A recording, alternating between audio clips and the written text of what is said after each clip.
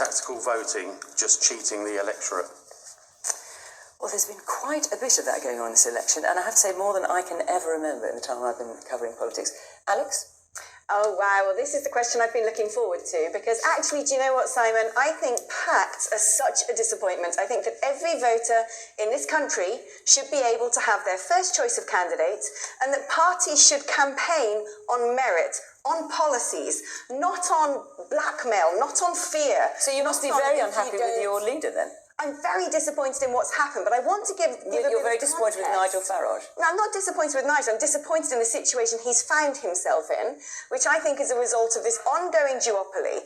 And I want to make very clear tonight that what we have witnessed in the last few weeks, and actually today especially, this key moment in the electoral cycle, when we are supposed to be sending forth candidates to meet a deadline and say they're standing in this constituency, there has been an operation coming out of CCHQ, coming out of 10 Downing Street.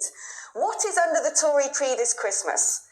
Is it a peerage? Is it penance? Have you been naughty or have you been nice? They have been interfering in our selection of candidates, our placing of candidates. They've been incentivising people to step down. It has been interference on an industrial scale. They have been acting like feudal overlords, frankly. They think that suffrage is something that's universal if it just applies to their party. What are they afraid of? That they have had to go after thousands of phone calls to individual candidates from the Brexit party to say, stand down, you can get this, or stand down or this. Leave us alone. If you can't win on your own merits, then really, you shouldn't be a chairman of a party in this country. Go to Venezuela. This is a multi-party state, and you guys have to get used to that. Well, we certainly got going, haven't we? James, would you care to respond to Alex? I don't agree with electoral pacts, which is why we, as the Conservative Party, haven't done one. We put candidates across the country. We are a party that campaigns in all parts of the United Kingdom. But hang on, that's not what Alex is talking about. What Alex is talking about is a reference. That was asked. Well, Alex has made some very, well, I'd say pretty serious allegations about the Conservative Party. And completely unfounded. Okay, so you're saying that what Alex is saying and what Nigel Farage has talked today about 8 candidates in particular being offered peerages by the Conservative Party is not true. Because you'd know. I would know, and it hasn't happened. I mean, it's definitely not true. So the point I've made, we have not made, and we do not make deals with other political parties. We have stood candidates in every part of the United Kingdom. We have been asked to make election pacts, but I'm very much of the belief that political parties should put forward an agenda against which they are judged. The only pact that we have made is with the British people, and it's that if they return a majority Conservative government, we will put the Brexit deal the Prime Minister has negotiated to Parliament as soon as we get back. We will get out of the European Union by the 31st of January, and then we will deliver on the priorities of the British people. That's the deal that we have made, and the deal is with the British people, and that is the only deal that we're going to do. So, when Boris Johnson was talking on Sunday night about the fantastic new trade agreement with the EU by the end of 20, will not extend the transition period beyond the end of 2020, which for many people was the first they'd heard of that. That wasn't a message to Nigel Farage. That wasn't a cue to him to be able to stand down. No, it's a message Brexit Party candidates in Tory health seats. So we've made it clear right from the get-go that the only way that Brexit is going to be delivered is if the Conservative Party in government has a sustainable working majority. That's what we're working towards. And we have said that we aspire to get a good trading relationship with the European Union, but also a series of trading relationships across other countries around the world. That's what we are offering with regard to Brexit. But what we're also doing, and we're the only party that is doing this, we're saying that we have a plan, we have a deal that's ready to go, and a plan to get that delivered through the Commons by the end of January, so we can then get on with investing in our public services, supporting innovation, investing in transport, delivering on the priorities of the British people. Simon, you asked a question. What's your view? I just think if there are 5 parties, you should have a candidate for each one and it should be your choice. If they start getting pulled out for different reasons, we're the ones that are getting cheated. So you think you're being deprived of choice? Yeah, definitely.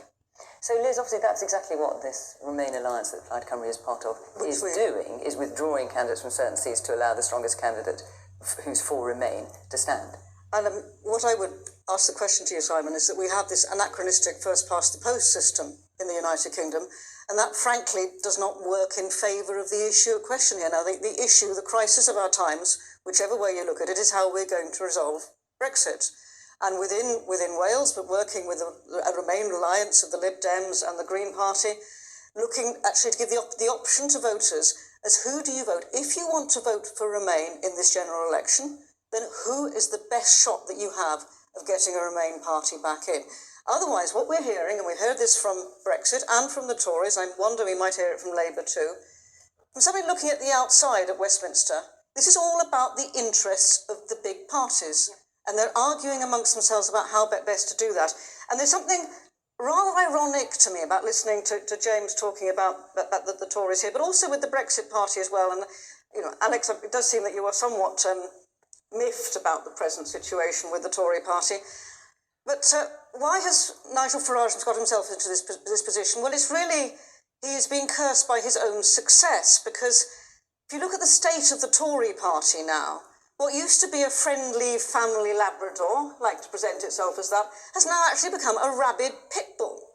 And the state of politics in the United Kingdom, what we should be doing as politicians, and I would hope that many of us as politicians got into politics to make a difference to our communities. But what we've got here is just the interests of the parties rather than the major issue, and politicians should be dealing with issues, and with our voting arrangement as things stand, this is the best way of answering that conundrum. I'm not sure anyone would ever describe Margaret Thatcher as an old family Labrador, but, you know, call me old-fashioned. Yes, the man in the glasses there. You're talking about the job of politicians. Let me tell you what the job of a politician is to do. It's to represent their constituent, to vote with what they wanted. 17.4 million people voted to leave the European Union, and there's one party representing the will of the people, and that's the one party that has promised to leave the European Union with a very good deal negotiated by our Prime Minister, and that's the Conservative Party. The woman in the orange sweater.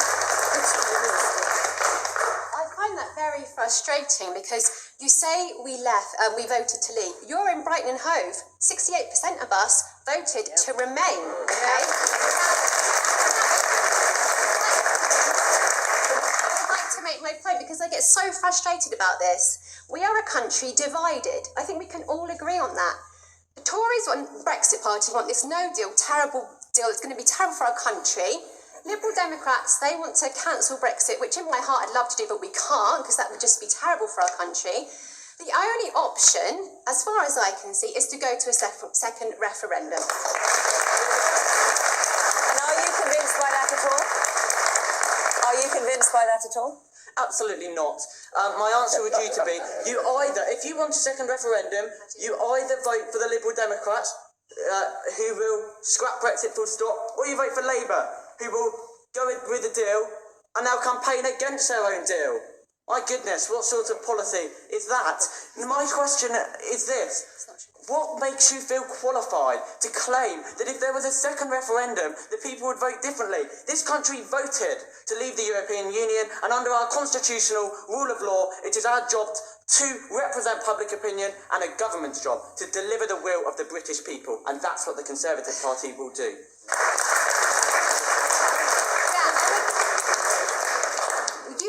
It's very childish and petulant, actually, because we're divided and we need to compromise. The Labour Party are now saying that they will renegotiate a deal that protects workers' rights and the environment, something the Conservatives don't care about at all.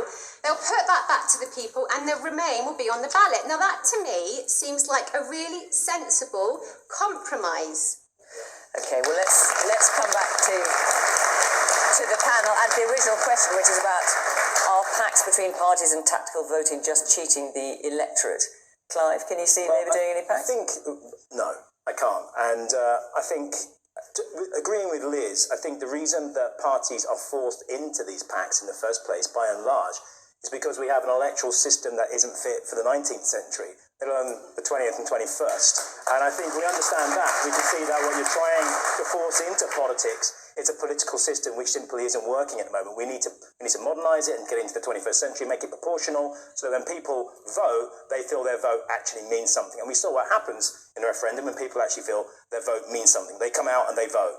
Where I disagree with Liz is that I don't quite agree that the Remain alliance is strictly just about stopping Brexit, because if it was, you wouldn't be standing Remain alliance candidates in Leeds North West, in Cardiff Central, in Exeter, where you have Labour MPs who have fought tooth and nail to remain inside the European Union. They are Remainers. So this is, I think, also about how you can gain some political advantage. I think that's fair to say. I'm not having a dig. I think we just have to be honest about what the Remain alliance is about. But when it comes to the Brexit Party and the Conservatives, and I did enjoy watching that exchange, I must say, it's a guilty pleasure. I think the point that was made was that there has been no electoral pact made with a political party. The Conservative Party doesn't make pacts with political parties. Well, first of all, you don't need to, because you have now become the Brexit Party in effect. And secondly, you don't need to make a pact with a political party. There isn't one. This is Nigel Farage's personal fiefdom, as Alex and others have now found out. There is no democracy in that party. Nigel Farage can do exactly what he wants, and he has. And I think that tells you everything you need to know about the Brexit Party. It isn't actually a political party.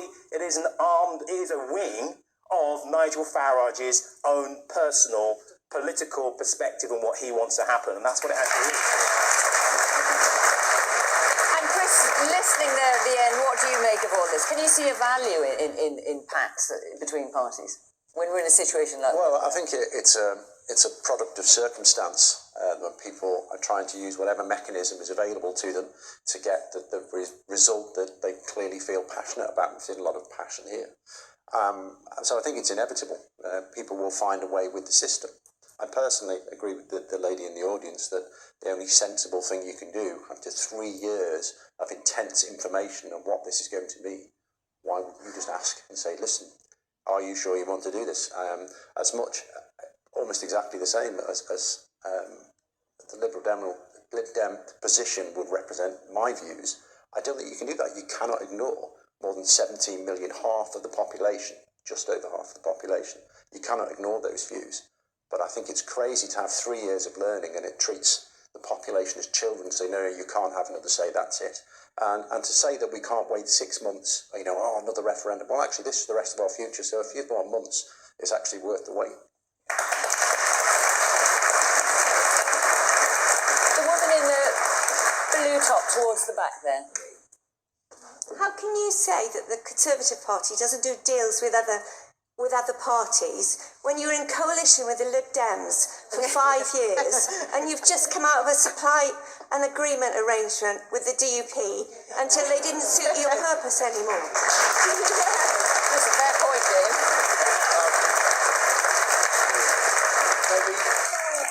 So the question was about electoral pacts. We don't do electoral pacts with other parties. No, you just bully them. In fairness, it wasn't actually. It just said, are pacts between parties, tactical voting, just cheating the electorate? So pacts between parties, obviously, it's a fair point. You've had a coalition and you had a confidence supply with the DUP. When a party doesn't have the numbers to form a majority government on its own, it has to enter into a arrangement with other political parties after the election. That is very different to making a pre-election pact, because if you do that before the election, as we've discussed, you are denying voters the opportunity to vote for the party of their choice. Why are you phoning candidates for my party? And after the election, you have to deal with the circumstances as you find them, and that's what we did in 2010 and in 2017. So why are you phoning? Maybe not you, I don't know what you've been up to today, but why have loads of people in the Conservative Party been phoning candidates for my party, begging them to stand down, offering them this, threatening them that? Why have you been doing this if that's not a form of trying to form some sort of strange operational Alex, how do you know this is true? Is I've been receiving personal messages from people saying, yes, it's happened to me, and yes, it's happened to me. Now, either I've got a whole load of people telling me these things are happening and they're all simultaneously lying about it, or something is afoot here. And I find it alarming that the party that's just been in government is using their power of patronage to essentially coerce candidates in a different party to not run in a free and fair election. I think that's a bad sign for democracy. Look, it doesn't matter how you vote, okay? You don't have to love the Brexit party, you don't have to love Nigel Farage, but I think it's not right when a party with power who's been in government is using that by offering tidbits and promises, or Lord knows what else, to try and make sure there's no competition. That, to me, should never happen in 21st century democracy. And I agree, actually, with Labour and Plaid on the fact that the system we have is not fit for purpose. It's a duopoly. It means that you guys have no choice at election time. You're threatened with, if you don't vote this, you get the other. Okay, so James, let's get it on the record then. Are you categorically denying that any of those kind of calls have been taking place? No, I tell you what will have happened. Well, no, you're not denying. Not denying. Just so I'm clear. Not denying. I tell you exactly. I know there are a number of people who went to the Brexit Party who had been, up until very, very recently, Conservatives, and I have no doubt that Conservatives will have spoken to people they know locally and said, if you genuinely want to deliver Brexit, the only way of doing that is with a Conservative majority government. I have no doubt conversations like that have been happening up and down the country. But as the chairman of the Conservative Party, I am telling you that I have no truck with pacts or agreements. Nigel Farage has asked for one for months. We said no. Nigel Farage then said that he decided that certain Brexit Party candidates were going to stand down, not at our request, at his insistence. And the point we have made consistently is there is no deal. There is no pact. We will put our candidates up. You can put your candidates up. We will stand for election, and we will allow the British people to make their decision. But the point is absolutely clear, and it was clear at the start of this campaign as it's clear now. The only way to get Brexit done and then move beyond it is by doing the deal that the Prime Minister has negotiated with the EU, is ready to rock and roll. It will be delivered on the first, as soon as we get back after the general election, if we have that working majority that we're working towards. Okay.